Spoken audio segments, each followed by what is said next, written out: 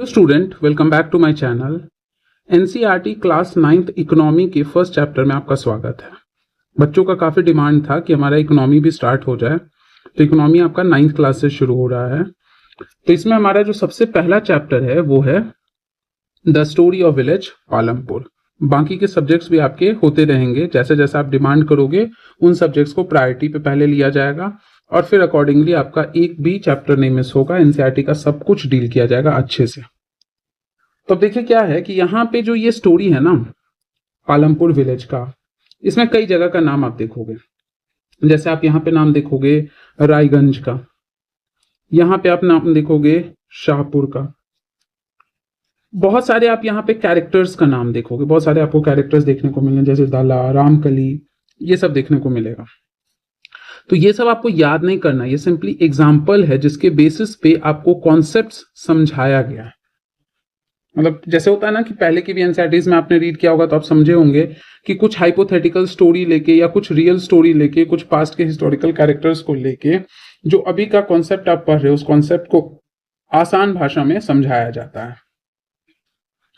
तो अब यहां पे देखिए क्या है, इस चैप्टर को आप अच्छे से रीड करोगे। रेस्ट इसमें से क्या इंपॉर्टेंट नोट्स है, क्या इंपॉर्टेंट नोट्स है वो हम आपको बनवा देंगे। वो आप जैसे जैसे बनाते चलते हैं हम, वैसे वैसे आप नोट करते जाओगे, वो आपका नोट्स बन गया। ये इंपॉर्टेंट नोट्स आपका 1 से 2 पेज का बनेगा, उससे ज्यादा नहीं बनेगा, जो एग्जाम के पॉइंट ऑफ व्यू से इंपॉर्टेंट है। अब एग्जाम में आपसे नहीं पूछेगा ना कि जो पालमपुर है उसमें जो किसान था उसका क्या नाम था, ये आपसे नहीं पूछेगा, लेकिन ये जरूर पूछेगा कि फैक्टर्स ऑफ प्रोडक्शन क्या होते हैं या इनमें से कौन सा है जो फैक्टर ऑफ प्रोडक्शन नहीं है। तो नोट्स आपको मिल जाएगा, लेकिन आप खुद रीड करोगे, जरूर रीड करना। इससे 2 बेनिफिट होगा, आपका वोकैबुलरी स्ट्रांग होगा, नए नए आप उसमें वर्ड्स ऐड कर देना। जो भी कुछ लगे कि पूरा चैप्टर पढ़े और आपको लगा कि नहीं कोई खास नए वर्ड नहीं है तो कोई बात नहीं, लेकिन लगे कि हाँ ये वर्ड हमको अच्छा लग रहा है, सोफिस्टिकेटेड है, पहली बार सुने हैं, मतलब ठीक से नहीं पता था, तो वो आप अपने कॉपी में ऐड करते जाओगे। इसी से वोकैबुलरी स्ट्रांग होगा। न्यूज़पेपर रीडिंग एंड जो आपका बुक है उसका चैप्टर का रीडिंग। दूसरा है कोई भी प्लेस आए, किसी भी जगह का नाम आए, जैसे पालमपुर है तो आप उसको जाके एक बार मैप पे देख लोगे।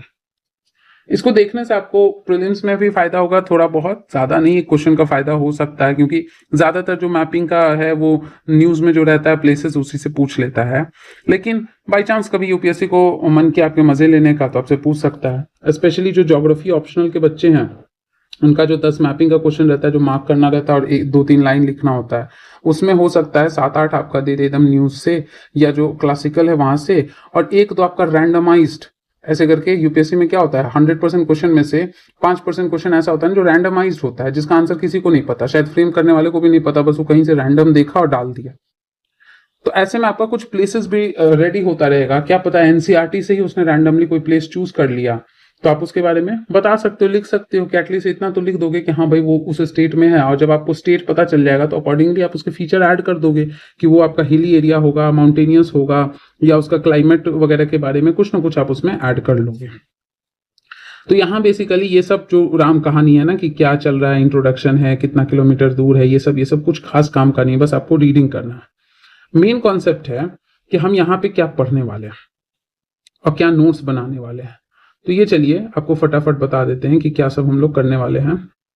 सबसे पहले कि यहाँ पे क्या क्या टॉपिक्स है जो हम कवर करने वाले हैं। तो सबसे पहला जो टॉपिक है ना वो हम समझेंगे क्या, फैक्टर्स ऑफ प्रोडक्शन। क्या है, नाम ही से चला प्रोडक्शन मतलब कुछ बनाना, कुछ बनाने के लिए किन चीजों की जरूरत है, क्या जरूरी चीजें हैं। उसके बाद हम लोग समझेंगे कैपिटल शब्द का मतलब क्या होता है।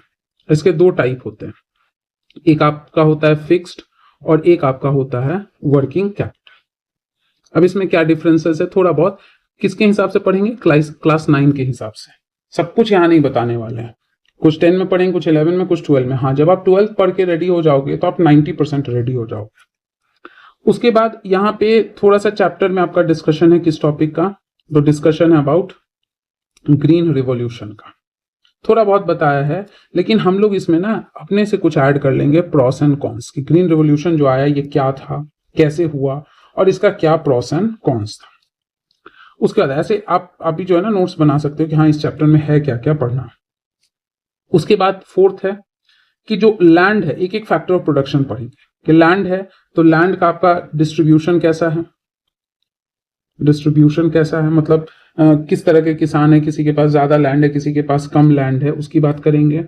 दूसरा है कि क्या लैंड जो है उसको बढ़ा सकते हैं या नहीं, और दूसरा है कि क्या इस लैंड पे हम प्रोडक्शन बढ़ा सकते हैं, घटा सकते हैं या कुछ नहीं कर सकते हैं। तो ऐसा करने में क्या वो लैंड सस्टेन करेगा, क्या उसकी क्षमता है कि नहीं है, ये देखेंगे। उसके बाद हम लोग देखेंगे अगला टॉपिक क्या, तो अगला टॉपिक थोड़ा सा स्टडी करेंगे किसके बारे में, लेबर के बारे में, कहाँ से आता है, कैसे काम करता है। 4 फैक्टर ऑफ प्रोडक्शन है ना, land, labour, capital and entrepreneur. Six चीज हम लोग देखेंगे किसके बारे में, तो कैपिटल, पूंजी, कि कुछ भी बिजनेस करना है। बिजनेस का मतलब ये नहीं कि सिर्फ दुकान खोल के सामान बेचना, बिजनेस का मतलब है कि आप खेती भी कर रहे हो, इकोनॉमी के सेंस में चलिए, आप खेती कर रहे हो, उससे अनाज निकाल के मार्केट में बेच रहे हो, आप खुद के कंजम्पशन के बाद जो बच रहा है उसको बेच रहे हो, इकोनॉमिक एक्टिविटी कर रहे हो। तो उसमें आपने कुछ पूंजी लगाया होगा, कुछ पैसा लगाया होगा बीज खरीदने के लिए, इरिगेशन करने के लिए, मशीन्स खरीदने के लिए, पेस्टिसाइड्स, इंसेक्टिसाइड्स, ये सब खरीदने के लिए, तो उसी को हम क्या कहते हैं, कैपिटल कहते हैं। नेक्स्ट चीज है आपका क्या, मतलब इस चैप्टर से ना बेसिकली ये चैप्टर ऐसा है ना, ये चैप्टर क्या किया है कि agricultural activity, agricultural and allied, मतलब उससे जो रिलेटेड एक्टिविटी है, उस एक्टिविटी को कंसंट्रेशन में लेके आपको फैक्टर्स ऑफ प्रोडक्शन समझाना चाहिए। बेसिकली चैप्टर इसका यही सार है। उसके बाद आपको नेक्स्ट चीज है अगला factor of production, entrepreneurship,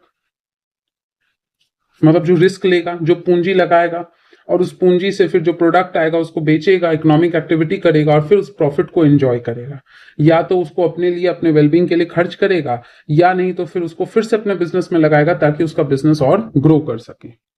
next है इसमें जो टॉपिक पढ़ेंगे हम लोग, वो है non farm activities. Non farm activities, farm activities आपका क्या हो गया, फार्म एक्टिविटीज तो हो गया एग्रीकल्चर, मतलब खेत पे जो जाके हम लोग कर रहे हैं, फसल लगा रहे हैं, किसी भी तरह का ऑयल सीड्स लगा रहे हैं, सीरियल्स लगा रहे हैं, और फिर उससे अपना जो इकोनॉमिक एक्टिविटी वो परफॉर्म करें।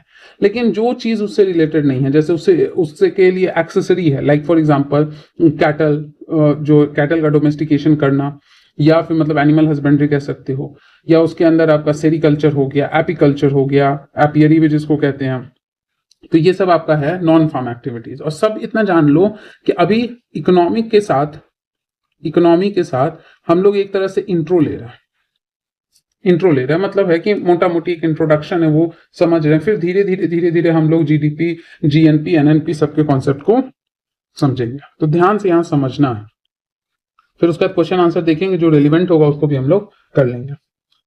तो यहां पे देखिए 2 शब्द आता है, एक आता है इकोनॉमिक्स। इकोनॉमिक्स एक सब्जेक्ट है जो कि स्टडी करता है आपका इकोनॉमिकल एक्टिविटी से रिलेटेड। इकोनॉमिकल एक्टिविटी से रिलेटेड कहने का मतलब है ना कि कहीं ना कहीं आपका इन्वॉल्वमेंट है किस चीज का, मनी का, डायरेक्टली इनडायरेक्टली। ऐसे एक्टिविटीज को हम कहते हैं इकोनॉमिकल एक्टिविटी। आपने अनाज लिया और अनाज ले जाके आप में भी किसी और से एक्सचेंज कर लिया कि मेरे पास गेहूं उगा है, आप ले लो 1 टन गेहूं और आप हमको उसके बदले में 1 टन चावल दे दो, और फिर उसके बाद उस चावल में से कुछ आपने कंजम्पशन के लिए रखा, कुछ आपने मार्केट में बेच दिया। तो घुमा फिरा के कहीं ना कहीं पैसा इन्वॉल्व है। सिर्फ सेल्फ कंजम्पशन के लिए आप नहीं काम कर रहे, आप मार्केट में जा रहे हो। कॉन्सेप्ट ऑफ मार्केट आ रहा है। मार्केट कहने का मतलब ये नहीं है कि आपका जो मॉल है, सब्जी मंडी है, सिर्फ उसी की बात हो रही है, बिल्कुल नहीं। मार्केट वो जगह है, इकोनॉमी के सेंस में समझिए, मार्केट वो जगह है जहां पे आपका क्या होता है, बायर आता है और जहां पे सेलर आता है, और दोनों एक दूसरे के साथ क्या करता है, डिस्कस करके एक प्राइस पे एग्री होता है कि हाँ ठीक है, ये प्राइस मेरे लिए भी ठीक है, ये प्राइस तुम्हारे लिए भी ठीक है। हम लोग, बायर जो है इससे खरीद लेता है, सेलर ने इसको सेल कर दिया, बायर ने क्या कर लिया, परचेज कर लिया। तो वैसे जगह को हम मार्केट कहते हैं। अब इस मार्केट में हो सकता है कि बायर और सेलर के बीच में आपका क्या हो, कोई इंटरमीडिएटर भी आ जाए, जिसको आम भाषा में हम कहते हैं ना कि मिडिल मैन आ गया।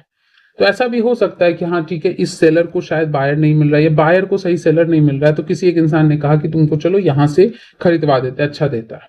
हो सकता है वो मीडिएटर आपका दोनों से कुछ कमीशन ले या नहीं ले, लेकिन मेन मोटिव है कि कोई भी जगह जहां एक इंसान अपने प्रोडक्ट को बेच रहा है, दूसरा खरीद रहा है, उस जगह को हम कहते हैं मार्केट। और ऐसे चीजों से रिलेटेड जो सब्जेक्ट होता है उसे हम इकोनॉमिक्स कहते हैं। अब आप लोग कमेंट सेक्शन में बताएंगे कि फादर ऑफ इकोनॉमिक्स किसे कहा जाता है। अब दूसरा शब्द आता है इकोनॉमी। तो कभी मत समझना कि इकोनॉमी और इकोनॉमिक्स सेम है, गलत। इकोनॉमिक्स सब्जेक्ट है, जो पढ़ाई, जो किताब है जिसमें आप सीख रहे हो इकोनॉमिकल एक्टिविटी के बारे में। इकोनॉमी आपका क्या होता है ना, प्रैक्टिकल एक्सपीरियंस ऑफ इकोनॉमिक्स। जो आपने किताब में पढ़ा उसको आप प्रैक्टिकली एक्सपीरियंस कर रहे हो, किसी कंट्री के रिस्पेक्ट में, ओवरऑल कंट्री के रिस्पेक्ट में, या कंट्री नहीं कहा जा रहा है, कहीं पे कंट्री की जगह स्टेट वर्ड यूज किया जाता है, किसी रीजन के रिस्पेक्ट में, तो हम वैसे चीज को कहते हैं क्या, इकोनॉमी। जैसे आपने सुना होगा इंडियन इकोनॉमी, इंडियन इकोनॉमिक्स नहीं सुना होगा आपने, इंडियन इकोनॉमी सुना होगा। तो इसका मतलब है कि जो भी आपने इकोनॉमिक्स में बेसिक चीज सीखा है ना, जोड़ना, घटाना, प्रॉफिट निकालना, डिस्काउंट निकालना, आपने सीखा होगा कि कैसे हम जो है एक प्रोडक्ट के दाम को उसके क्वांटिटी से मल्टीप्लाई करके टोटल रेवेन्यू निकाल सकते हैं, फिर उसको जोड़ेंगे तो पता चलेगा इतना कमाई हुआ है, फिर हम अपना लागत जोड़ेंगे और फिर उसको जोड़ घटा करके निकालेंगे कि लॉस हुआ है कि प्रॉफिट हुआ है। तो वो आपने सीखा और उसको आपने एक देश, एक रीजन के रिस्पेक्ट पे लगाया कि हाँ मेरे देश में 1000 यूनिट एक प्रोडक्ट का बन रहा था, हर एक का 100 रुपया दाम था, तो हाँ मेरे देश में इतना, ये प्रोडक्ट इतने दाम का बना है, इतना जीडीपी है। तो वो चीज जो प्रैक्टिकली देखा जाता है उसको हम कहते हैं इकोनॉमी। तो आपसे नोट करके ध्यान में रख लेना कि economy is not same as economics. ये ध्यान में रखना। इकोनॉमिक्स पेपर पे है, थ्योरी है, इकोनॉमी प्रैक्टिकल है, याद रखना। इकोनॉमिक्स थ्योरी है, इकोनॉमिक्स आपका थ्योरेटिकल कॉन्सेप्ट है। थ्योरेटिकल कहने का मतलब है कि आपने किताब में पढ़ा, उसको अपने पेपर पेन पे कॉन्सेप्ट लगाया, लेकिन उसका रियल लाइफ जो एक्सपीरियंस है वो आपका कहलाता है इकोनॉमी। तो ये आपके चैप्टर में नहीं है, लेकिन इतना जानना जरूरी है कि आपसे कोई कह दे कि इकोनॉमिक्स पढ़ेंगे तो आपको आपके सिलेबस में इकोनॉमी दिया है, तो आप कंफ्यूज ना हो जाओ कि इकोनॉमिक्स पढ़ना है कि इकोनॉमी। आपके सिलेबस में इकोनॉमी है, इसका मतलब ये नहीं कि आप इकोनॉमिक्स नहीं सीखोगे, डिमांड सप्लाई सब सीखोगे, बस उसको क्या करोगे, एक देश के रिस्पेक्ट में, इंडिया के रिस्पेक्ट में आप उसको अप्लाई करोगे। अब आता है क्या कि चलो इकोनॉमी है, तो इकोनॉमी में सबसे पहला चीज, कोई भी सेक्टर ले लो, प्राइमरी, सेकेंडरी, टर्शियरी, किसी भी जगह, सबसे पहला चीज कुछ ना कुछ आपका प्रोड्यूस होगा, बनाया जाएगा। हो सकता है खेत पे ग्रो करके अनाज उगाया जा रहा है, वो भी एक तरह से प्रोड्यूस है। किसी फैक्ट्री को लगा के वहां कुछ सामान बनाया जाएगा, वो भी एक प्रोड्यूस है।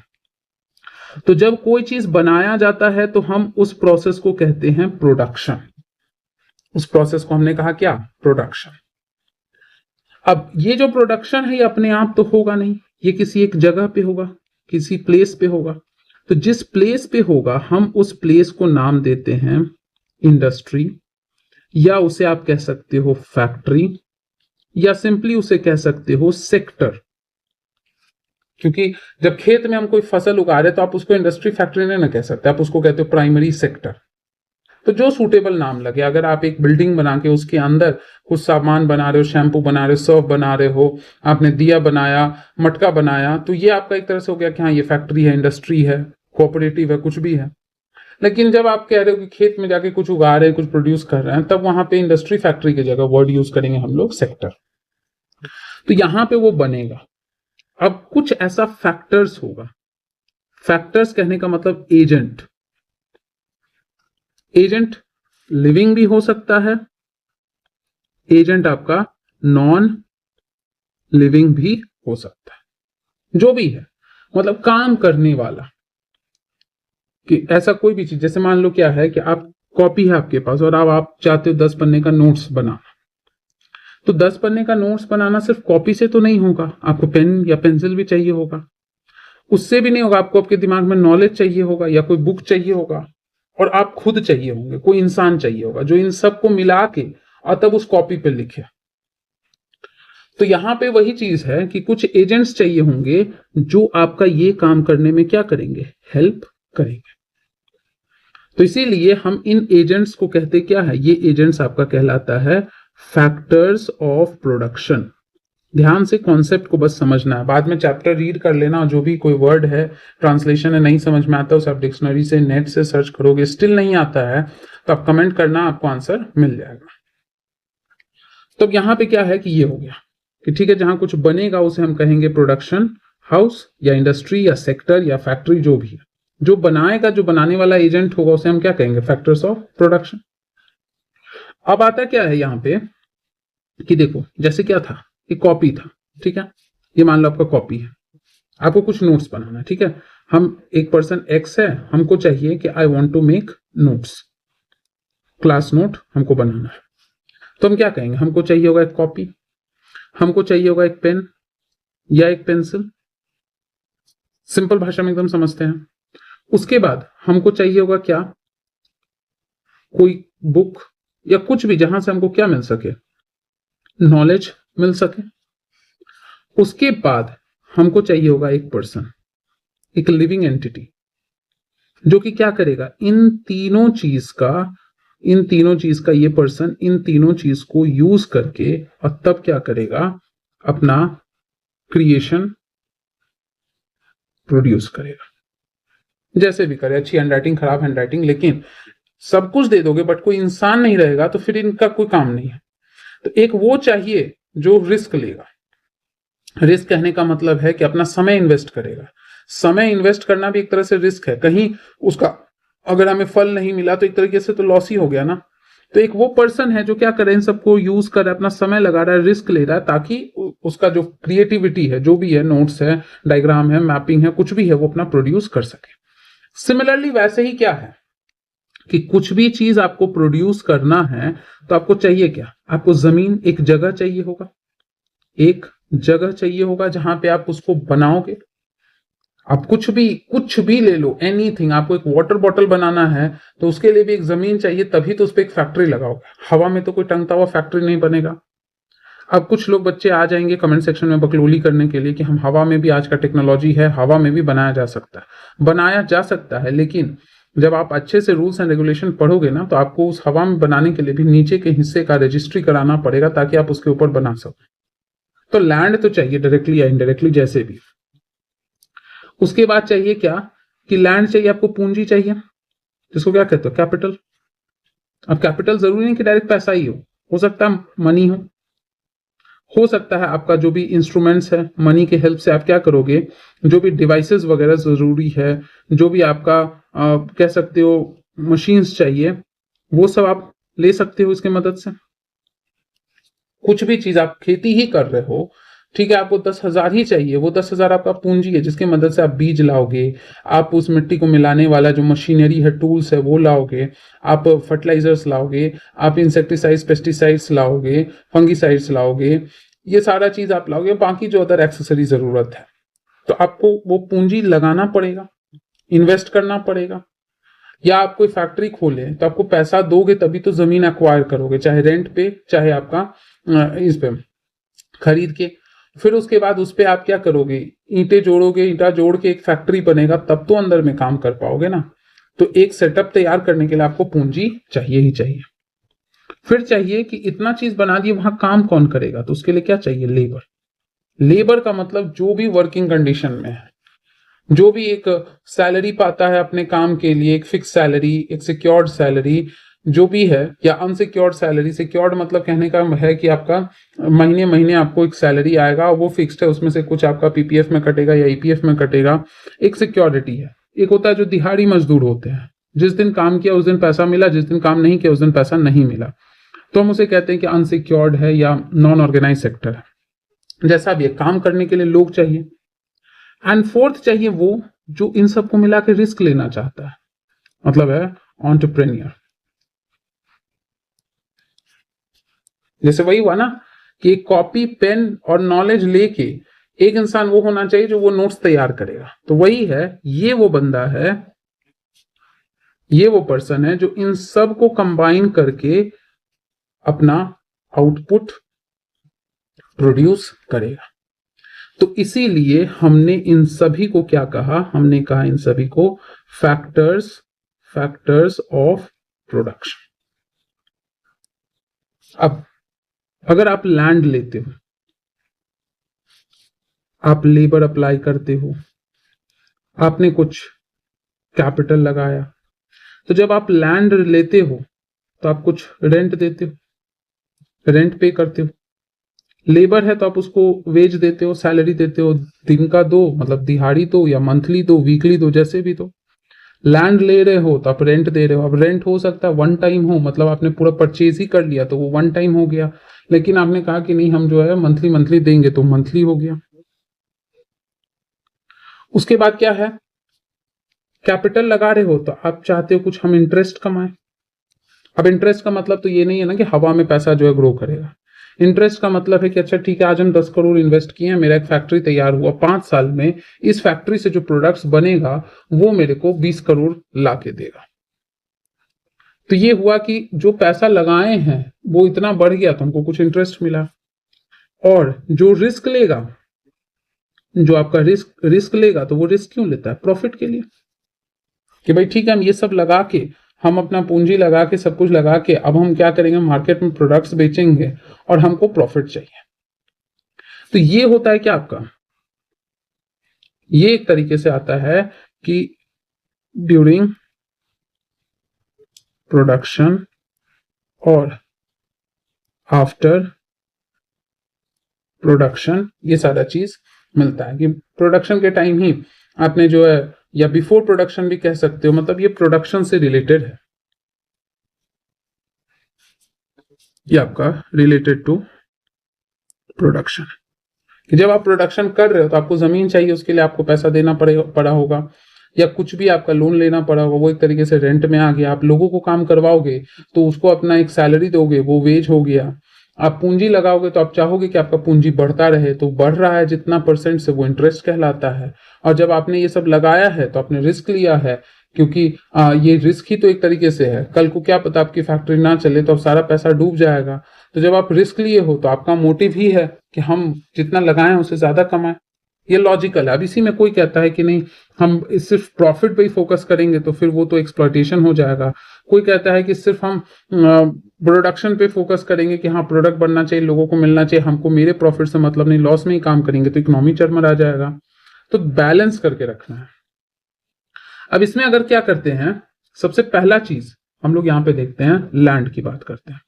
बहुत बेसिक याद रखना, हमेशा क्लास 9 के हिसाब से कर रहे हैं हम लोग, सब कुछ नहीं पढ़ रहे हैं, आपको थोड़ा बहुत समझना है। लैंड सबसे पहले तो आपसे पूछ दे कि ये क्या है तो आप कहोगे फिक्स्ड है। लैंड क्या है? फिक्स्ड है। दूसरा है कि लैंड को आपसे पूछेगा कि क्या हम लैंड मेजर कर सकते हैं, तो यस मेजर कर सकते हैं। हम लैंड को मेजर कर सकते हैं एकड़ में, हम लैंड को मेजर कर सकते हैं हेक्टेयर में, हम लैंड को मेजर कर सकते हैं लोकल यूनिट्स होता है जिसे हम बीघा कहते हैं। जैसे कई जगहों पे एक बीघा में 20 कट्ठा होता है, एक कट्ठा में लगभग 1360 स्क्वायर मीटर होता है। तो ये भी वैरी करता है, लोकल यूनिट्स है, स्टैंडर्डाइज्ड यूनिट नहीं है। या फिर आपका गुइंठा होता है, इसमें मेजर होता है, गज में डेसिमल में मेजर होता है। तो ये सब मेजरमेंट है। तो आपसे ये पूछे, स्टेटमेंट दे दे कि land is fixed but it can not be measured, तो आप कहना है ये स्टेटमेंट फॉल्स है। तो लैंड फिक्स्ड है। फिक्स कहने का मतलब एक जगह पे है। अब ऐसा थोड़ी कि लैंड आप कहीं जाओगे तो जमीन को उठाते हुए लेते जाओगे। आप अगर कहीं परमानेंटली जा रहे हो और आपको लग रहा है कि जमीन का आपको कोई इस्तेमाल नहीं, तो आप उसको बेचोगे, और उससे को बेचने से आपके पास जो पैसा आएगा ना वो मूवेबल है, लेकिन जमीन तो वहीं रहेगा, आपसे किसी और को जाएगा, किसी और से किसी और को जाएगा। तो लैंड आपका क्या होता है? फिक्स्ड होता है। लैंड को हम मेजर कर सकते हैं। साथ ही साथ क्या होता है कि लैंड आपका क्या होता है ना, डिस्ट्रीब्यूटेड होता है unequally among different sections of population। एक स्टेटमेंट और अगर दे दे क्वेश्चन में कि entire land of a country is distributed equally among population, तो आप कहना नहीं, अनइक्वली है। जिसकी जैसी औकात है, जिसका जैसा काम है, जिसका जैसा अर्निंग है, वो उस हिसाब से अपने पास कुछ लैंड रखता है। बहुत सारे लोग लैंडलेस भी होते हैं। जैसे आपका क्या होता है, किसी के पास अगर 1 हेक्टेयर से कम है, अब ये डेफिनेशन भी समय के साथ बदलता रहता है। जैसा इकोनॉमी है, जैसा इन्फ्लेशन होता है, उस हिसाब से बदलता रहता है। अगर 1 हेक्टेयर से है कम तो हम कहते हैं मार्जिनल फार्मर, मार्जिनल है, कहना तब मार्जिन पे है। अब जरा सा भी कुछ गड़बड़ी हुआ, कुछ भी इसका लॉस हुआ, तो ये एकदम एक्सट्रीम पॉवर्टी में जा सकता है। अगर हमने कह दिया कि लगभग 1 से 2 हेक्टेयर के आसपास, याद रहे ध्यान से, ये डेफिनेशन पूरी तरह से स्टैंडर्ड नहीं है क्योंकि बदलता रहता है समय के हिसाब से, जैसी महंगाई होगी उस हिसाब से। तो हम कह लेते हैं स्मॉल। अब कहीं कहीं आप देखोगे ना कि लेस देन 1 हेक्टेयर को ही स्मॉल एंड मार्जिनल बोल देता है, कहीं कहीं आप देखोगे कि 1 हेक्टेयर से कम को मार्जिनल कह दिया और 1 से 2 के बीच में स्मॉल कह दिया। उसके बाद आपका लगभग क्या है कि 2 से ज्यादा है, मतलब 2 से 10 के बीच में है, तो ऐसे को हम कहते हैं कि ये आपके ग्रुप में आते हैं मीडियम क्लास में। और 10 से अगर ज्यादा है तो फिर वो आता है आपका लार्ज कैटेगरी फार्मर्स में आता है। और कुछ होता है जिसके पास कोई लैंड ही नहीं है, तो ऐसे को हम कहते हैं लैंडलेस। और ये जनरली क्या होते हैं, लेबरर्स होते हैं। असल में जो मजदूर होता है ना, जो किसी दूसरे जगह पे ये करता है, काम करता है, दिहाड़ी मजदूरी करता है, किसी और के लैंड में आपका खेती वेती का काम करता है, या फिर कह सकते हो कि कहीं जाके कंस्ट्रक्शन वाले एरिया में काम करता है, या किसी के घर में सफाई का काम करता है, तो ऐसे को हम कहते हैं कि एकदम लगभग ना के बराबर है। बहुत छोटा टुकड़ा है जिसपे एक छोटी सी झोपड़ी 1 रूम का बन सकता है, तो वो ना के ही बराबर है, तो हम उसे लैंडलेस कहते हैं। नेक्स्ट चीज आता है कि हम क्या कर सकते हैं ना कि लैंड आपका क्या है, लिमिटेड है। लिमिटेड है कहने का मतलब है कि लैंड को बहुत ज्यादा बढ़ाना पॉसिबल नहीं है। जैसे माल्था सर का स्टेटमेंट था ना, माल्था सर ने कहा था क्या कि जो आपका लैंड है, या कह सकते हो रिसोर्सेस है, रिसोर्सेस में एक रिसोर्स लैंड ले लेते हैं, लैंड जब भी बढ़ता है तो वो अरिथमेटिकली बढ़ता है। अरिथमेटिकली कहने का मतलब है ना कि अरिथमेटिकली कहने का मतलब धीरे धीरे, 1 से 2 होगा, 2 से 3 होगा, 3 से 4 होगा एंड सो ऑन। तो बहुत धीरे धीरे अरिथमेटिकली जब भी कहे तो कहना कोई भी चीज स्लोली। बट जो हमारा पॉपुलेशन है, ह्यूमन का जो पॉपुलेशन है, उसका जो इंक्रीज है वो है जियोमेट्रिकली। ज्योमेट्रिकली कहने का मतलब है काफी रैपिडली, मतलब ऐसे 1 से 2 हो गया, 2 से आपका 4 हो गया, 4 से 8 हो गया, 8 से 16, 16 से 32 ऐसे। तो लैंड बहुत ज्यादा, क्योंकि अर्थ का एरिया एक लिमिटेड है ना। आप क्या है कि आपके पास आज 10 कट्ठा है, कल को 20 लोगे, 40 लोगे, कभी ना कभी क्या होगा, एक लिमिटेशन आएगा जब अवेलेबल ही नहीं होगा। क्योंकि आपकी तरह और भी बहुत सारे पॉपुलेशन में है लोग जो लगातार लैंड परचेज कर रहे हैं। तो लैंड को इनफाइनाइटली इंक्रीज करना पॉसिबल नहीं। हम यही कर सकते हैं ना कि उस लैंड पे हम प्रोडक्टिविटी बढ़ा सकते हैं, प्रोडक्टिविटी बढ़ा सकते हैं कि हाँ ये चीज है। अब देखो, सिंस ये चैप्टर जो है ना आपका, ये चैप्टर का मेनली फोकस क्या है, तो फोकस है किस चीज पे, एग्रीकल्चर। तो इसलिए हम इसी एग्रीकल्चर वाले पार्ट को फोकस करेंगे। मतलब कहने का है कि प्राइमरी सेक्टर पे फोकस है। ऐसे धीरे धीरे आगे बढ़ेंगे तो हम सेकेंडरी सेक्टर पे फोकस करके काम करेंगे, फिर टर्शियरी, फिर कॉटनरी, फिर क्वीनरी। तो इसी हिसाब से हम एग्रीकल्चर के हिसाब से ही बताते हैं कि जैसे क्या है, एक एग्जाम्पल के तौर पे ले लो, लगभग 1960s में हमारे देश में क्या हुआ था, एक कॉन्सेप्ट आया था जिसे हम कहते हैं ग्रीन रिवॉल्यूशन। जब प्रोडक्टिविटी की बात आ रही है, इसका मोटिव क्या था ना, इसका मोटिव था कि लिमिटेड लैंड से हम प्रोडक्टिविटी कैसे बढ़ा सकते हैं। अब प्रोडक्टिविटी बढ़ाना, क्वेश्चन आएगा कि वाई, क्या जरूरत पड़ा था। तो याद होगा इस दौरान 1947 में जब हम आजाद हुए थे, उस समय काफी सिचुएशन ग्रिम था, बहुत खराब सिचुएशन था, बहुत कम ये था, पैसे था देश के पास, एग्रीकल्चर उतना अच्छा नहीं था, कोई भी सेक्टर उतना अच्छा नहीं था, हम पूरी तरीके से ब्रिटेन के हाथों एक्सप्लॉइट हो चुके थे। तो हमारा मोटिव था कि पहले लोगों का पेट भरो, जब पेट भरेगा, जब मैल न्यूट्रिशन ठीक होगा, जब उनको न्यूट्रिशन मिलेगा, ह्यूमन रिसोर्स बूस्ट होगा, तभी जाके हम किसी और सेक्टर में इनसे काम करवा सकते हैं। तो मेन प्राइमरी फोकस था कि किसी तरीके से एग्रीकल्चर को पहले बूस्ट करो, पहले जो ये मैल न्यूट्रिशन है उसको खत्म करना है, तभी तो आपका क्या होगा कि ह्यूमन का रिसोर्स बढ़ाया जा सकता है। तो बढ़ाने का जरूरत ये था क्योंकि उस वक्त आपका जो फूड सिक्योरिटी था वो एकदम ना के बराबर था। फूड के रिस्पेक्ट में हम बिल्कुल भी सिक्योर्ड नहीं थे, बहुत दिक्कत था। हम लोग बाहर से अनाज इंपोर्ट करते थे। इसी सिचुएशन में आपका क्या था, अमेरिका ने हमें वैसा अनाज दे दिया था जो वहां पे कहते हैं क्या, ये जानवरों को खिलाया जाता है, बहुत लो क्वालिटी का सड़ा हुआ फंगल इन्फेक्टेड व्हीट जो है भेज दिया था। तब जाके हमें लगा कि नहीं, अब दूसरे पे रिलाई नहीं करना है, आत्मनिर्भर बनना, हमें हमारे एग्रीकल्चर प्रोडक्टिविटी को बढ़ाना है। और सबसे पहले किस चीज पे, तो मेन जो फोकस एरिया था वो था आपका सिरल्स, क्योंकि यही पेट भरता है, अनाज। उसके बाद धीरे धीरे शुगर केन पे हमने फोकस किया। हमने शुगर केन के बाद फिर ऑयल सीड्स पे फोकस किया, जो कि अभी भी कर रहा है। अभी भी आपने देखा होगा एनएमईओ जो पॉलिसी आया है, national mission for edible oils हो गया, पाम ऑयल की कल्टीवेशन के लिए, तो कई सारे पॉलिसीज अभी भी चल रहे हैं। अभी ग्रीन रेवोल्यूशन क्या हो रहा है, अपडेट हो रहा है। ये कोई ऐसा नहीं था कि रातों रात रिवोल्यूशन हो गया, ये था कि सोचा समझा काम, जिससे हम धीरे धीरे अपने लिमिटेड लैंड से ढेर सारा फूड हम निकाल सके। तो ये लाया था। और आप जानते हो कि वर्ल्ड में ये रिवॉल्यूशन लाने वाले जो साइंटिस्ट थे उनका नाम था नॉर्मन बोरलॉग। मैक्सिको और फिलीपींस में काफी रिसर्च हुआ था, जो इंटरनेशनल राइस रिसर्च इंस्टीट्यूट है फिलीपींस का, वहां से बहुत सारी चीजों सेमी डॉट वराइटीज डेवलप किए गए थे। फिर मैक्सिको में आपका बहुत सारा चीज डेवलप किया गया था, और फिर उसको इंडिया में आपका जिन्होंने लॉन्च किया था उनका नाम था MS स्वामीनाथन। पिछले या उसके पिछले ईयर में इनका डेथ हुआ है, तो इसलिए इनको ध्यान में रखना है। तो नॉर्मन बोरलॉग को हम कहते हैं क्या है, father of green revolution. MS Swaminathan को हम लोग कहते हैं father of Indian green revolution. तो इसलिए ग्रीन रिवोल्यूशन लाया था। ग्रीन रिवोल्यूशन का मेनली जो है आपका मेथड क्या था, methods of green revolution, GR मतलब ग्रीन रिवोल्यूशन। पहले तो क्या था, हाई यील्डिंग वैरायटी, HYV कहीं पे भी लिखा रहे तो समझना हाई यील्डिंग वैरायटी सीड्स।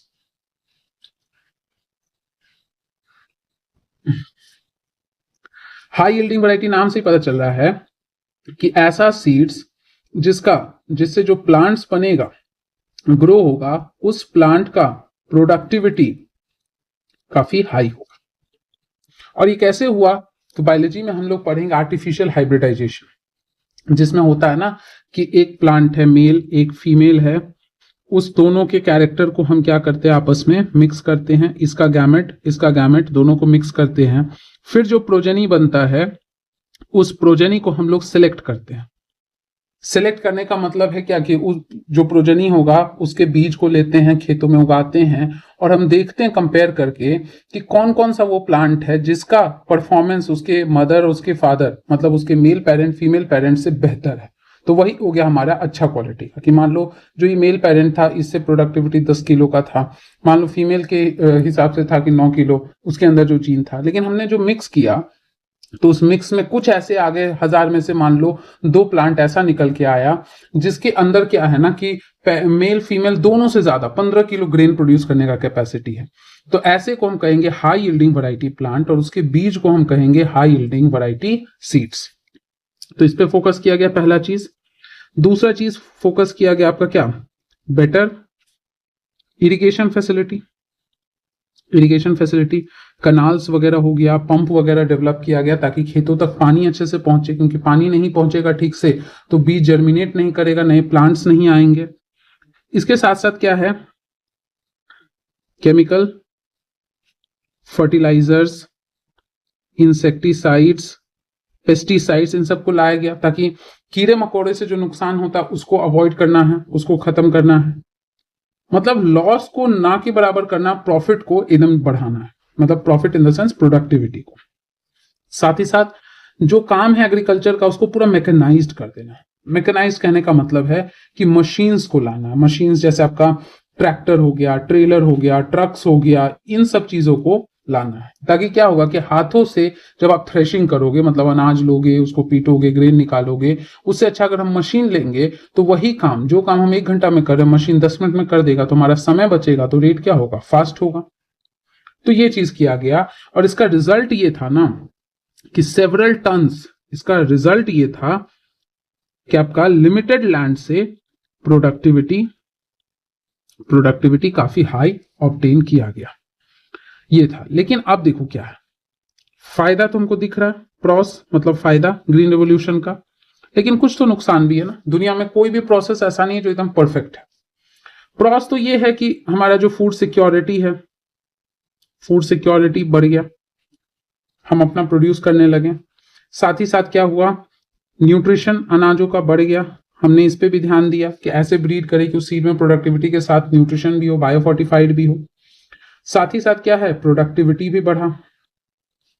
हमने क्या कर दिया, insect and pest resistant crops भी लगा लिए ताकि इंसेक्ट और पेस्ट से कोई नुकसान ना हो।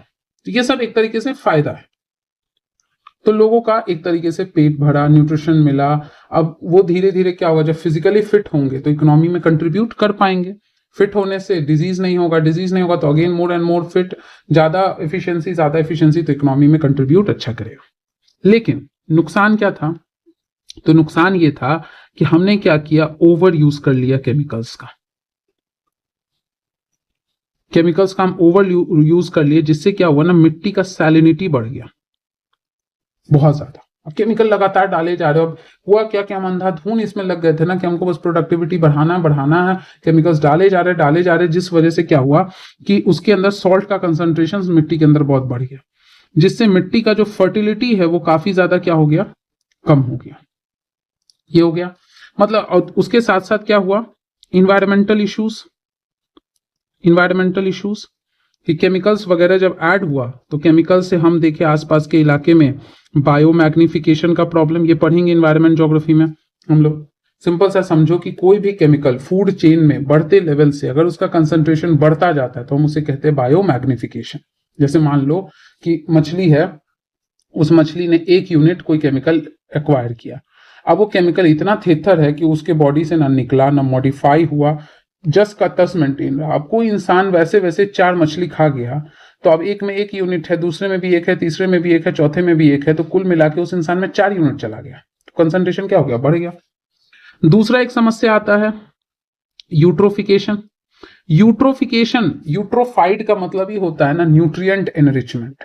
जो पानी वानी भरा होता है, जो तालाब वगैरह है, उन सब में जो नाइट्रेट है, फॉस्फेट है, फर्टिलाइजर्स के थ्रू इतना न्यूट्रिएंट बढ़ गया कि उसमें पौधे इतना ज्यादा तेजी से ग्रो कर गए। अब जगह तो लिमिटेड है, सबको पौधों ने एक्वायर कर लिया तो जानवर मरना शुरू करेगा, और मछली वगैरह सारा जानवर अंदर ही अंदर मर गया। बाहर से ना सनलाइट आ पा रहा है, सब पेड़ ऊपर ही ले रहा है, तालाब के ऊपर एकदम से पेड़ पूरा बिछ गया है, जैसे आपने देखा होगा वाटर हाइसेंस सबको। अब अंदर सनलाइट भी नहीं जा रहा है, पानी ठंडा हो गया, गैसेस नहीं जा रहा है, गैसेस का कमी हो गया, सफोकेशन हो गया, जानवर मरने लगेगा, नीचे पाइलअप होता जाएगा, तालाब पूरा सूख जाएगा। तो तालाब सूख जाएगा तो ऐसी सिचुएशन को हम कहते हैं यूट्रोफिकेशन। तो एक तो ये समस्या हो गया। दूसरा समस्या हो गया कि एक्सेसिव इरिगेशन। जरूरत से ज्यादा इरिगेशन करने से हमने किया क्या, तो हमने 2 काम कर दिया। एक तो ग्राउंड वाटर, क्योंकि ज्यादातर ये नॉर्थ इंडिया में ग्रीन रेवोल्यूशन आया था, तो ग्राउंड वाटर पूरी तरह से डिप्लीट खत्म कर दिए। ये भी खतरनाक हो सकता है, पानी अंदर से खत्म कर दोगे, रिचार्ज नहीं होगा तो फिर पानी का दिक्कत होने लगेगा। और दूसरा है कि आप पानी बार बार निकालोगे, आपने एक होल ये कर दिया, क्रिएट कर दिया, तो बाहर का केमिकल अंदर लीक कर सकता है, तो पानी को पोल्यूट कर सकता है। दूसरा समस्या हम क्या कर दिए, वाटर लॉगिंग। पानी भर जाएगा तो जिससे क्या होगा, नीचे का नमक ऊपर की तरफ खींचेगा कैपिलरी एक्शन से, तो नमक खींच गया, पानी भर गया, पेड़ पौधा का जड़ सांस नहीं ले रहा है तो मर जाएगा, तो ये प्रॉब्लम आ जाएगा। साथ ही साथ क्या हुआ कि हमने एक तरीके से देश में क्रिएट क्या कर दिया, इनइक्वालिटी। क्यों, क्योंकि क्या है ना, नॉर्थ वेस्टर्न और वेस्टर्न एरियाज में, मतलब जो पंजाब है या ईस्ट राजस्थान है या हरियाणा है, वेस्ट यूपी है, वहां पे ये लोग क्या हो गया, काफी ज्यादा इनके पास बड़ा साइज का खेत था, इनके पास रिसोर्सेज था किसान के पास, तो इन्होंने नई टेक्नोलॉजी को जल्दी अपनाया, तो ये लोग क्या कर लिए कि अपने आप को मोर एंड मोर रिचर बना लिया, और साथ ही साथ अपने एरिया में पॉल्यूशन भी क्या कर लिए, काफी ज्यादा। इसलिए आप देखोगे ना कि जब ठंडे का सीजन आता है तो वेस्टर्न इंडिया में ना बहुत ज्यादा ये स्मॉग का प्रॉब्लम होता है, क्योंकि वहां एक तो क्या है ना कि पॉपुलेशन का डेंसिटी भी बहुत है, व्हीकल्स है, उससे तो स्मोक निकल ही रहा है, प्लस क्या हो रहा है कि जब गेहूं का कटाई होता है उस समय पंजाब हरियाणा के खेतों में उसको जलाया जाता है, जिस वजह से क्या हो रहा है कि और स्मोक प्रोड्यूस हो रहा है, तो पोल्यूशन हो जा रहा है।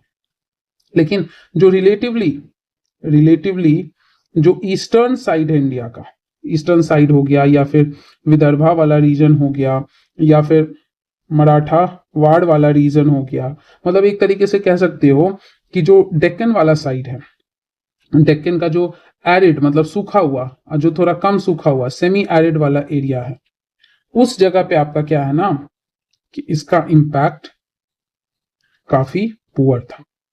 इसी वजह से एक बहुत रिच हो गया एक रीजन और एक बहुत पुअर हो गया, तो इनइक्वालिटी बढ़ेगा। और इनइक्वालिटी का क्या समस्या है वो आपको पॉलिटी में पढ़ा चुके हैं, वहां से जाके आप 6-7 इन सब के लेक्चर से आप जो है अप्रोच कर सकते हो। तो ये था आपका क्या लैंड के बारे में सारा स्टोरी। अब लैंड के बारे में स्टोरी पढ़ लिए तो अब एक कॉन्सेप्ट आता है, चलो फ्रेश पेज ले लेते हैं। अब एक कॉन्सेप्ट आता है किसका, लेबर का, मतलब जो वर्क करेगा। वर्क करेगा किस लिए, सैलरी के लिए, वेज के लिए।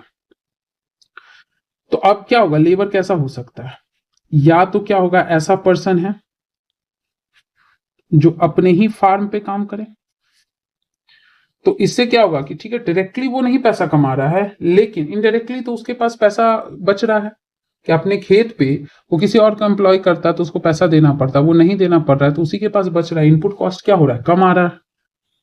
दूसरा है अदर फार्म्स पे वो वर्क कर सकता है, क्योंकि सिंस ये चैप्टर एग्रीकल्चर से रिलेटेड है तो हम उसी पे फोकस करके बात करेंगे। ये अब आपका क्या हो सकता है कि जो लेबर है ये लैंडलेस भी हो सकता है या विथ लैंड भी हो सकता है, जिसके पास जो कि स्मॉल या मार्जिनल कैटेगरी में आता है।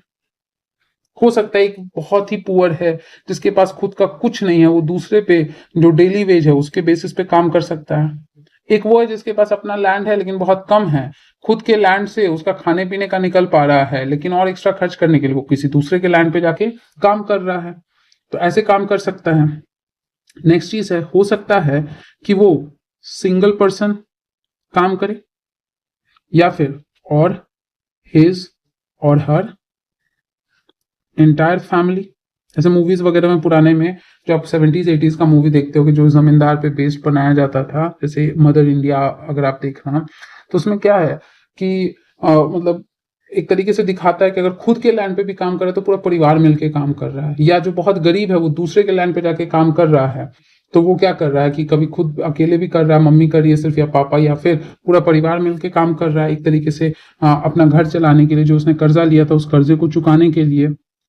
तो अपना दो तरीके का जैसे चैप्टर है ना, तो चैप्टर में आपको कुछ एग्जांपल्स दिया होगा जैसे दला का या फिर रामकली का, तो आपको नाम वाम याद नहीं रखना है, बस कंपैरिजन किया है कि एक लेबर का क्लास होता है जो थोड़ा सा रिचर कैटेगरी में आता है। रिचर मतलब जिसके पास थोड़ा है, खुद का भी लैंड है, दूसरा इस जगह से भी काम करता है। एक है जो बहुत पुअर कैटेगरी का है, तो एक कंपैरेटिव एनालिसिस किया है। नेक्स्ट चीज है आपका क्या, अगला फैक्टर ऑफ प्रोडक्शन आता है जिसको हम कहते हैं क्या है, कैपिटल। याद रखना क्लास 9 के हिसाब से हम लोग हर कुछ से इंट्रोड्यूस कर रहे हैं खुद को, फिर धीरे धीरे इसी में ऐड अप करते जाएंगे। अब कैपिटल क्या होता है, पूंजी होता है जिसे हम कहते हैं, थोड़ा सा हिंदी में थोड़ा सा मिस्टेक होना तो सिखा देना, हमको थोड़ा मिस्टेक हो जाता है। जो पैसा हम लगाते हैं, जो रिसोर्सेज हम लगाते हैं ताकि उससे हम आउटपुट प्रोड्यूस करवा सकें। तो अब ये जो कैपिटल है ये दो टाइप का होता है, एक फिक्स्ड कैपिटल होता है और एक आपका वर्किंग कैपिटल होता है। वर्किंग का मतलब होता है ना, ऐसा नहीं है वर्किंग का मतलब काम कर रहा है, काम दोनों कर रहा है, ठीक है, लेकिन ये जो वर्किंग है इसको ऐसे कर सकते हो कि एक फिक्स्ड है ना जो कि कुछ वन टाइम से, वन टाइम आपने इन्वेस्ट कर दिया रहेगा, जैसे जमीन हो गया, जैसे एक पूरा बिल्डिंग हो गया। तो ऐसा नहीं कि कोई चीज अजय अमर है, लेकिन हाँ ये है कि एक बार लगा दिए तो आप 10 साल 20 साल तक निश्चिंत रह सकते हो। एक है जिसमें आपको कंटिन्यूअस इन्वेस्ट करने का जरूरत पड़ता है, ये सिंपल लाइन में डेफिनेशन है। जैसे कोई मशीन हो गया या फिर आपका जो लेबर्स वगैरह है उस पर जो आप खर्च करते हो उसके स्किल को इम्प्रूव करने के लिए, तो ये सब आपका क्या हो रहा है, कंटिन्यूअस टाइप का है। मशीन आपने लगाया, अब उस मशीन में आपको कभी ऑयल लगाना पड़ेगा, कभी ग्रीस लगाना पड़ेगा, तो ये सब आ गया एक तरीके से वर्किंग कैपिटल। अब कैपिटल जो है उसका जरूरत पड़ता है किस किस काम के लिए, तो हो सकता है कि वो कैपिटल आपका क्या हो, in the form of loan हो, या फिर उस कैपिटल को हम क्या कर सकते हैं डायरेक्टली, जो हमारे पास पैसा है हमने लोन नहीं लिया, हम मेरे पास पैसा था हम लोन नहीं लिए या लोन लिए, जो भी है ये सब जो हम काम कर रहे हैं किस लिए कर रहे हैं। अब सिंस चैप्टर एग्रीकल्चर पे फोकस्ड है तो हम लोग करेंगे कि हम इरिगेशन मशीन्स खरीदने के लिए कर सकते हैं, हो सकता है हम सीड्स खरीदने के लिए कर ले यूज, हो सकता है हम केमिकल्स खरीदने के लिए यूज कर लें, इंसेक्टिसाइड्स, पेस्टिसाइड्स, हो सकता है मार्केट जाने के लिए हमें जरूरत होगा ट्रांसपोर्ट व्हीकल्स का, ट्रक का, ट्रैक्टर का, वो खरीदने के लिए।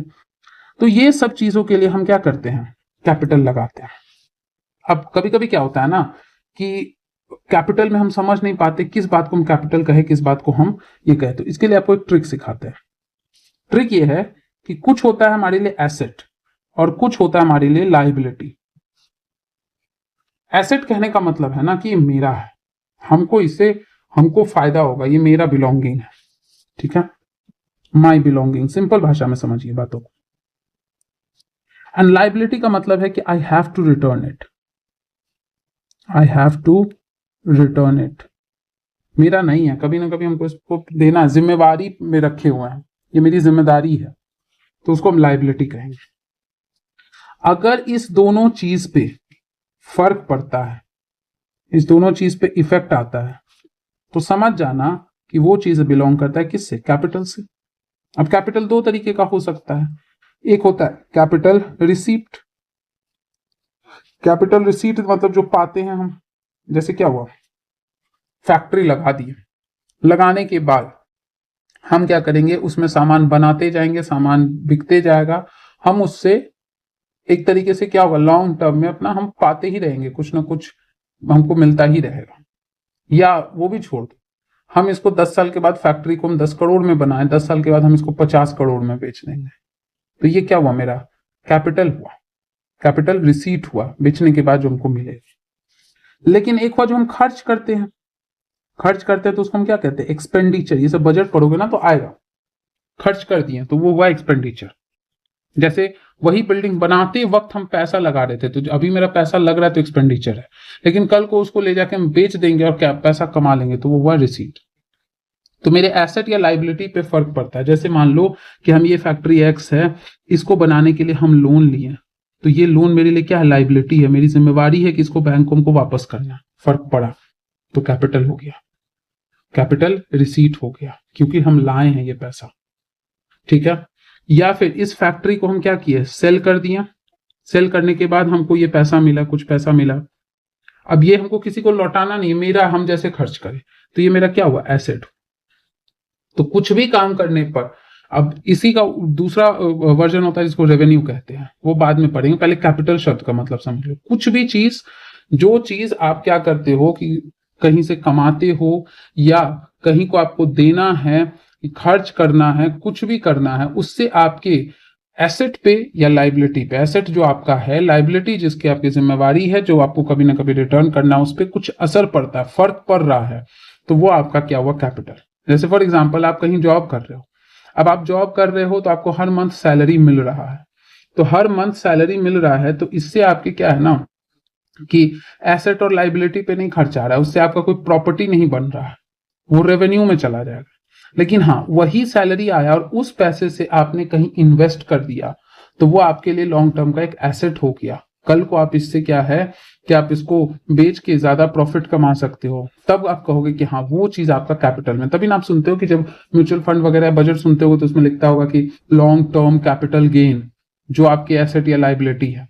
लेकिन जो मंथ मंथ सैलरी मिल रहा है, तो सैलरी मिल रहा है मंथली, वो आपका फ्रीक्वेंसी पे मिल रहा है, वो आपके पास ना आपके एसेट पे ना लाइबिलिटी पे फर्क पड़ रहा है। आपको सैलरी मिला, आप गए कहीं खर्च कर दिए, उस पैसे को आपको कंपनी को लौटाना नहीं है, लाइबिलिटी है नहीं, और उससे आपने कुछ भी अपने लिए खरीदा नहीं, कुछ भी आपने अपने लिए प्रॉपर्टी नहीं बनाया, तो आपके लिए कोई एसेट भी नहीं है, गए अपना डेली जरूरत का पूरा किए, काम खत्म हो गया, तो उसको हम कैपिटल कहेंगे। अब इसमें भी आपका क्या है ना, इसमें भी एग्जाम्पल के तौर पे दिया है दो इंसान का, एक है सविता और एक आपका तेजपाल सिंह, एक कंपैरिजन करने के लिए कि एक अमीर को दिखाया, आई थिंक तेजपाल अमीर है और सविता जो है थोड़ा सा पुअर है। तो भाई इसके पास क्या है ना कि कोई भी एक पर्सन एक्स है, कोई पर्सन वाई है, मान लो इसके पास आप, ये थोड़ा रिच है, या मान लेते ये थोड़ा पुअर है आपका, और ये थोड़ा रिच है।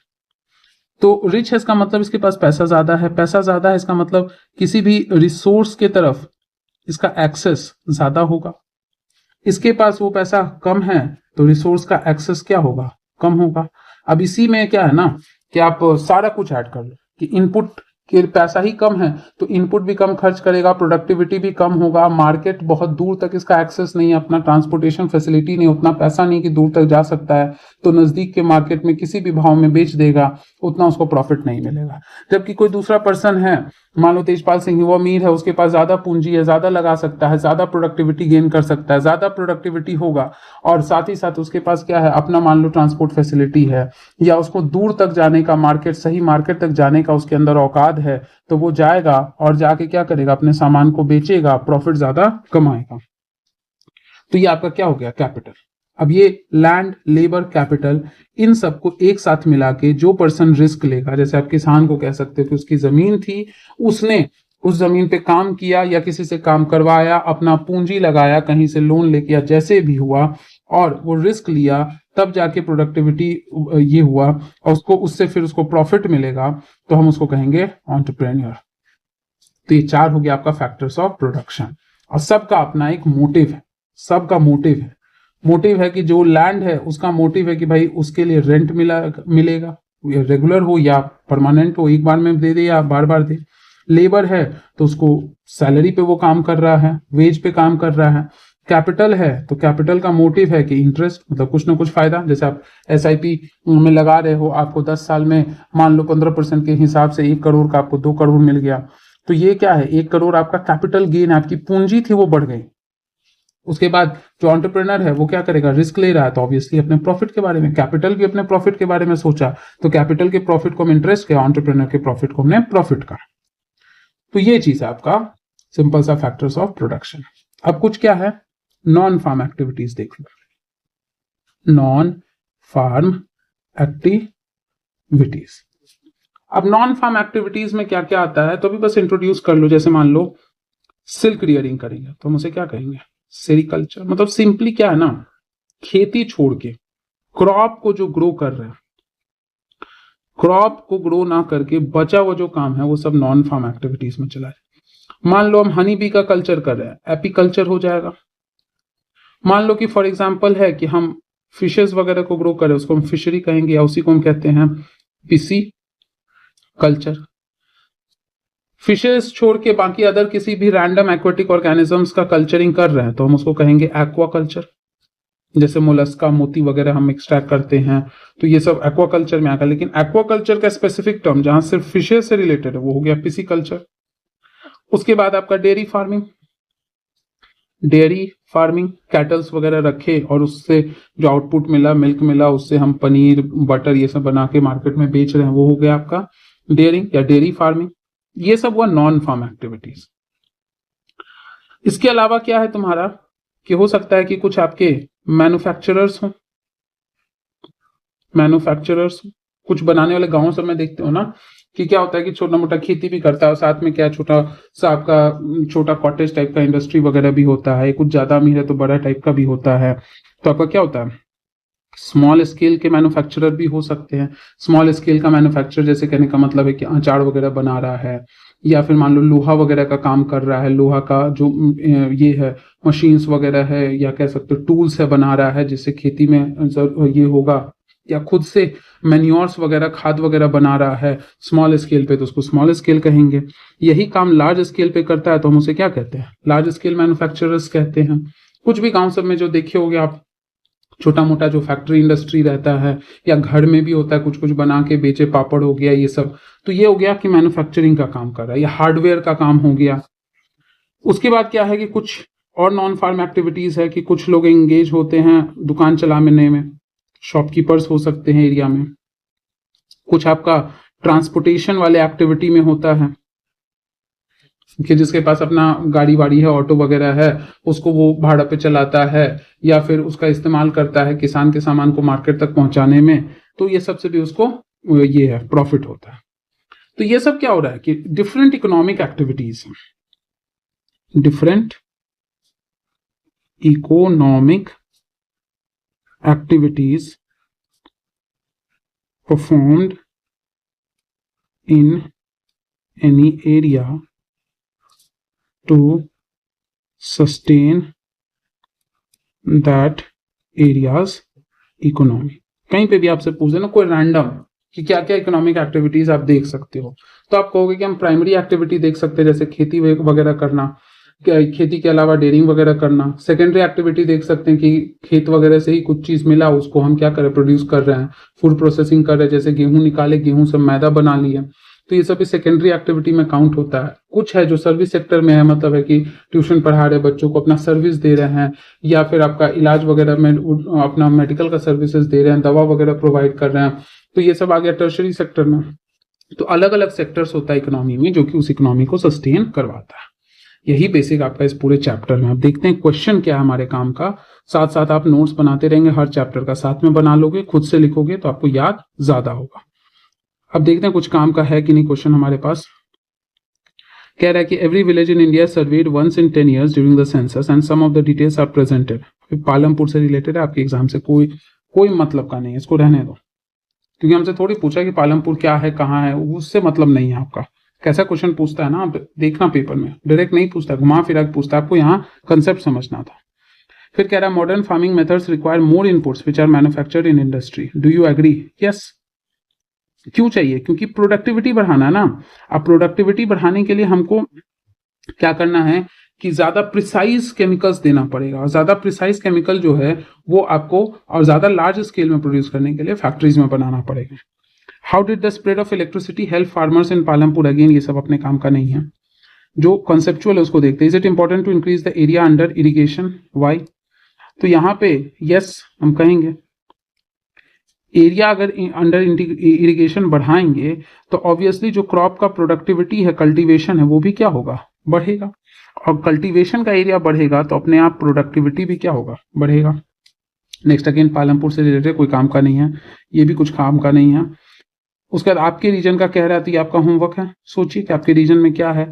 चूज आइदर फार्म लेबरर्स और labourers working at construction sites. मतलब आपको कह रहा है कि लेबर से बात कीजिए, बात करके समझिए कि उसका क्या हालात है। तो ये सब कुछ काम का है नहीं।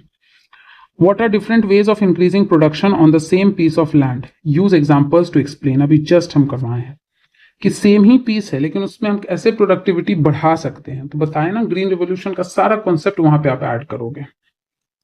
Describe the work of farmer with 1 hectare। 1 hectare किस में आ रहा था, स्मॉल कैटेगरी में। तो आप क्या बताओगे कि ये अपने लैंड पे भी वर्क करेगा, खुद के लैंड पे भी वर्क करेगा, और साथ ही साथ क्या होगा, एज अ लेबर भी वर्क करेगा, तभी इसका घर चलेगा। नेक्स्ट है how do the medium and large farmers obtain capital for farming, how is it different from small farmers, कि कैसे कैपिटल ऑब्टेन करता है। तो एक तो तरीका है कैपिटल, ऐसे भी चैप्टर नहीं भी पढ़ो तो खुद सोचो ना कि मीडियम लार्ज है तो उसको प्रॉफिट क्या हो रहा है, ज्यादा हो रहा है, तो उस प्रॉफिट से वो इन्वेस्ट भी ज्यादा किया हुआ है तो उसी इन्वेस्टमेंट को निकाल के कैपिटल बना सकता है। और दूसरा है इसको लोन भी ज्यादा मिलेगा, क्योंकि क्या इसके पास लोन चुकाने की हैसियत है। बैंक यही देखता है ना, जिसके पास जितना ज्यादा हैसियत है, वो जो आपकी सैलरी देखता है तो वो सैलरी से उसका लॉजिक होता है कि इसका हैसियत है कि नहीं। अगर ये 50 लाख का लोन ले रहा है तो सैलरी कम से कम साल का इसके पास 25-30 लाख का होना चाहिए, तभी तो 12-15 साल में मेरा चुकाएगा। तो ये मिल सकता है। Next on what terms is Savita get. अब ये सब कुछ खास काम का नहीं है, चलिए सभी कुछ खास आपके काम का नहीं है। नेक्स्ट है what are the non farm production activities, ये जस्ट आपको बता दिए हैं। व्हाट कैन बी, जो लास्ट में बताए थे वही, मैन्युफैक्चरिंग, ट्रांसपोर्टेशन, शॉपकीपर्स वगैरह का काम हो गया, वेंडर का काम हो गया, या फिर कि आपका जो डेयरिंग है, पिसिकल्चर है, ये सब आ गया। What can be done so that more non farm activities can be started in villages. हम कुछ पॉलिसी ला सकते हैं, पॉलिसी ला सकते हैं, कह सकते हो इनिशिएटिव्स ला सकते हैं। हम क्या कर सकते हैं, सब्सिडी प्रोवाइड कर सकते हैं, हम लोन फैसिलिटी प्रोवाइड कर सकते हैं, हम रिसोर्सेज प्रोवाइड कर सकते हैं, हम इन लोगों का स्किल बढ़ा सकते हैं, हम इन लोगों का क्या बढ़ा सकते हैं, नॉलेज बढ़ा सकते हैं, कि हम इनको सिखाएं कि कैसे आपका जो है एक बिजनेस किया, एक दुकान खोल के कैसे कस्टमर्स को अट्रैक्ट किया जाता है, कैसे चलाया जाता है। मैन्युफैक्चरिंग का हम स्किल सिखाते हैं, या फिर हम गाय भैंस को पालने का और उससे ज़्यादा से ज़्यादा प्रोडक्टिविटी ऑब्टेन करने का, कैसे हाइजीनिक कंडीशन में रखे, उसके लिए नॉलेज देने का। गाय भैंस खरीदने का पैसा नहीं है तो हम वो लोन प्रोवाइड करवा दे, या फिर लोन नहीं दे सके तो हम कुछ सब्सिडी दे दे। मतलब जैसे मान लो 50,000 का है तो कह दिए कि भाई आपको 25,000 सरकार देगी, 25,000 आप दे दो, तो थोड़ा राहत मिलेगा, बाकी 25,000 थोड़ा बहुत मांग के भी चला लेगा। तो ये सब करने से हम क्या कर सकते हैं कि और इनकरेज कर सकते हैं। आपके दिमाग में और भी पॉइंट्स है तो आप जरूर कमेंट सेक्शन में लिखें। इसके साथ हमारा ये चैप्टर खत्म होता है। अगले वीडियोस में बाकी के चैप्टर्स पढ़ेंगे और जैसा जैसा आपका डिमांड होगा, डिमांडेड चैप्टर सबसे पहले आपको कंसिडर किए जाएंगे। मिलते हैं अगले वीडियो में, तब तक के लिए थैंक यू एवरीबॉडी।